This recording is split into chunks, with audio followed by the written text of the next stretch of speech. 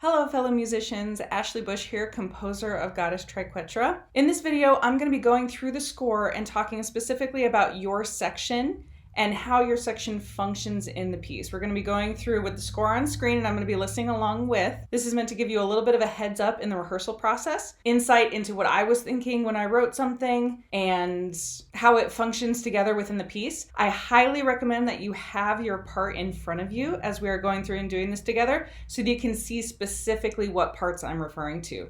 All right, let's get started.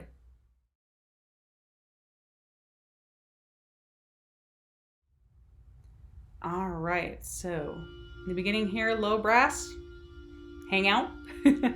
Make sure you're listening to everything that is happening around you. The atmosphere that is being set here in the beginning by the other instruments is setting up for the kind of darkness that you're looking for in the sound when you do enter, when we get to the section after the introduction. And you are the backbone. You are the support of everything that is happening. And it's important to note that I know sometimes low brass parts can feel only like support, like you're not ever doing anything that's at the forefront of what's happening in the music. That is not the case here. There are a lot of times I make a point in my music of making sure the low brass always is going to be doing something and have something interesting rather than just playing the same thing over and over again. This part when you enter in the beginning with the staccato notes, it's so important that you make a big differentiation between what is a staccato, what is a tenuto, and what is a marcato accent. So right here, ba-da-da-da-da, ba-da-da. That's what's going to make this ostinato work. So notice tuba here that you have the melody right off the bat.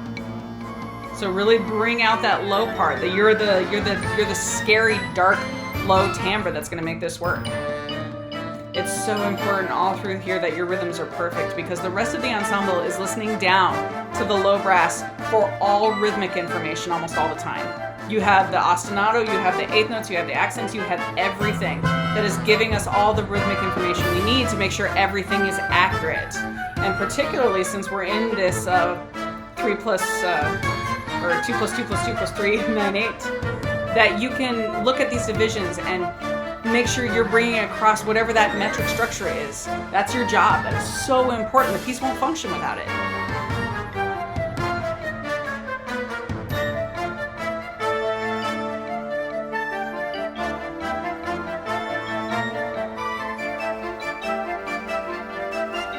So making sure you're joining in the horn line. So listen to that horn line as they're playing.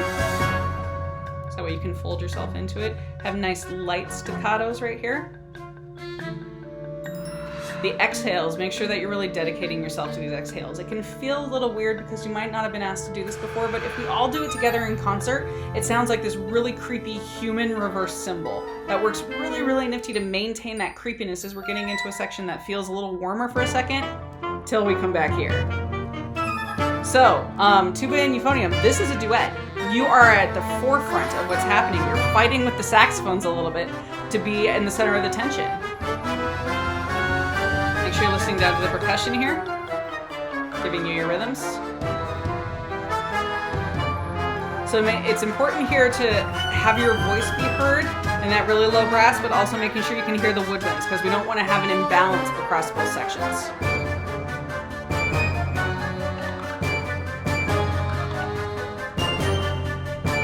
Those sustain notes that are happening in the melody here, you are the only ones that have them.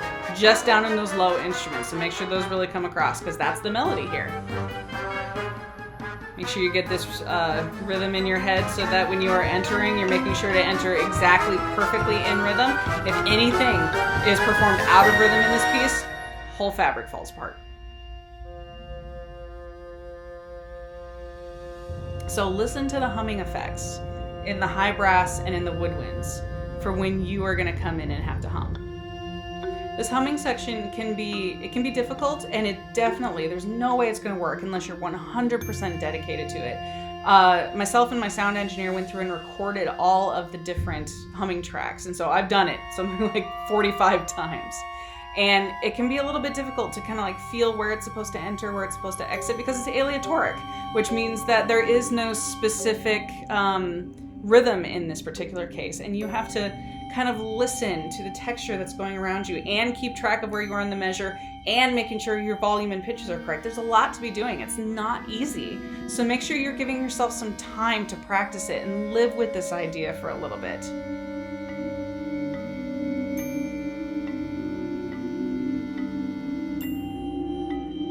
When everybody does it right and they do it together, you can hear how this like creepy, horribly sad thing is happening to reflect what's going on in the story at this point. Okay, the brass choir section right here. So this should be your warmest, roundest, most beautiful sound that's really in a juxtaposition with everything else that's happened in the entire piece. Because we've come to a point here where it's like, are we safe? Are we happy? Did something happen? Can we relax?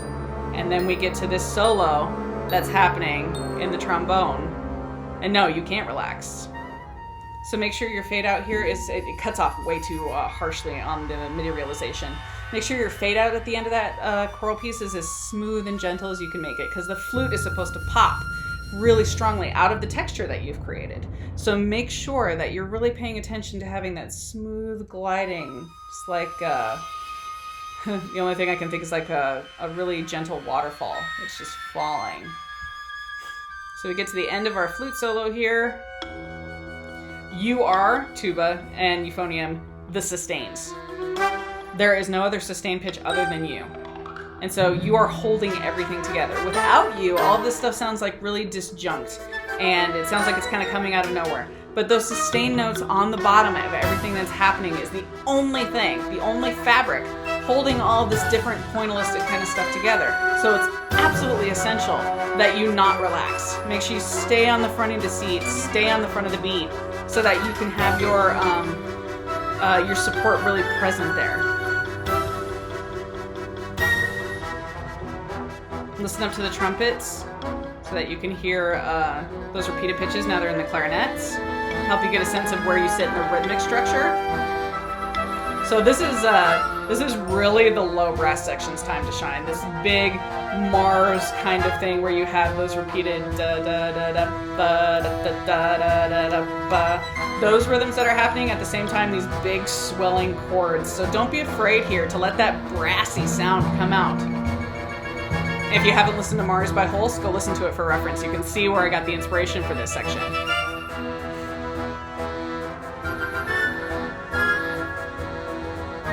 And these, if you have the ostinato, which is the da da da da ba da da da da, make sure that is as clean and clear as it can possibly be. That has to be perfect. So in this part, you have a different job than everyone else in the band. You're kind of fading out the wind information so that the shift of focus can go to percussion. And you do that very gently. The woodwind's just cut out. But the brass stays in there and does this kind of fading out effect. Really emphasize that leap right there. That leap has to have correct pitches and be really well in tune. Same thing here. This should be as loud as you can possibly be while still controlling the pitch. You cannot let your control of your intonation go here because these chords are really crunchy and they are sitting relatively close together in the harmonic spectrum. And so if you're not in the middle of your pitch, it's just going to sound mushy and out of tune. So you have to make sure you have really strong intonation in that section. Don't let go of that final note until you hear the bass clarinet come in and you can hear that low timbre kind of take everything over. Because sound doesn't stop when you stop playing, it continues. It travels across the room. And so it's important that you hold on to that moment before letting yourself relax as we get into the end of the piece. So if you have any questions, by all means, feel free to let me know. You should have my contact information and you can always find me on social media.